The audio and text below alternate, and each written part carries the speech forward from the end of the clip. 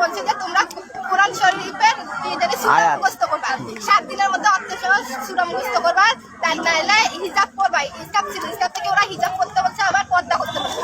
তাই পর্দা না করলে তোমাদের শরীর মেয়েরা ছেলেরা দেখতে পাবে গাল দেয় ক্লাসে, আবার স্যারেরা বাজেভাবে আমাদেরকে গালি দেয়। তোর ক্লাসে কি বলছে?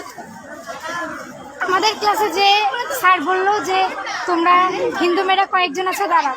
তারপর আমরা দাঁড়াইলাম, বলতেছে তোমরা হিজাব পড়ো না কেন? বললাম যে স্যার আমরা হিজাব কেন পড়বো, স্কার্ফ পড়বো।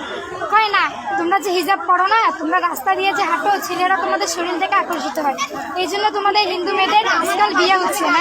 তারপর বাজেভাবে নোংরা ভাষায় গালি দেয় স্যার।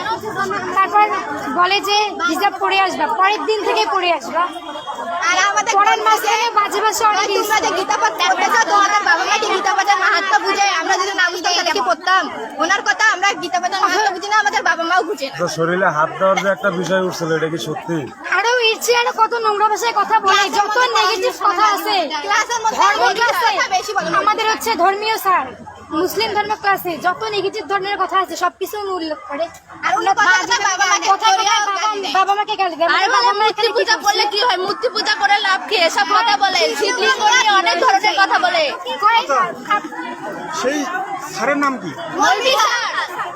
উনি বলে শিবলিঙ্গ পূজা করে, শিবলিঙ্গ পূজা কি বলে কি? এটা তো একটা কালো মূর্তি, সব মাপ ছাড়া, একটা ছোট একটা বড়। তারপর বলে তোমাদের মা বাবা কখনো গীতা পড়ছে? তোমরা গীতার অর্থ জানো যে গীতা পড়তে যাও? অথচ অ্যাসেম্বলি তো ওরা কোরআন শহীদ পড়ে, কোরআন শহীদের অর্থ পর্যন্ত পড়ে। যেখানে অ্যাসেম্বলি 15 মিনিট হওয়ার কথা, সেইখানে 20 মিনিট ভাষণ পর্যন্ত করে। আর আমরা বলছি স্যার 2 মিনিটের জন্য আমাদের গীতা পড়তে হবে না? কয় সময় হয় না। তোমরা গীতা পড়তে মাহাত্ম্য জানো? বাবা মা গীতা পাঠ করে, এর আগে বন্ধ করছিল, তারপরে কমপ্লেন দেওয়ার পর শুরু করছে, আবার ওরা বন্ধ করছে। কালকে আমরা যেহেতু বলছি, উনি এখন বলে সময়ের হচ্ছে, কিন্তু উনি কিন্তু বক্তব্য দেয় 20-25 মিনিট করে। অথচ কোরআন শহীদ বলে, তারপর হচ্ছে আবার আমাদেরকে বলে 1 সপ্তাহের মধ্যে কোরআন শহীদ তোমরা মুখস্থ করে আসবে, নাহলে ছেলেরা তোমাদের শরীর দেখে। এই জন্য ধর্মীয় আমি শাখা সিঁদুর কেন পড়ি, এই ধরনের কথাবার্তা স্কুলে কেন চলবে?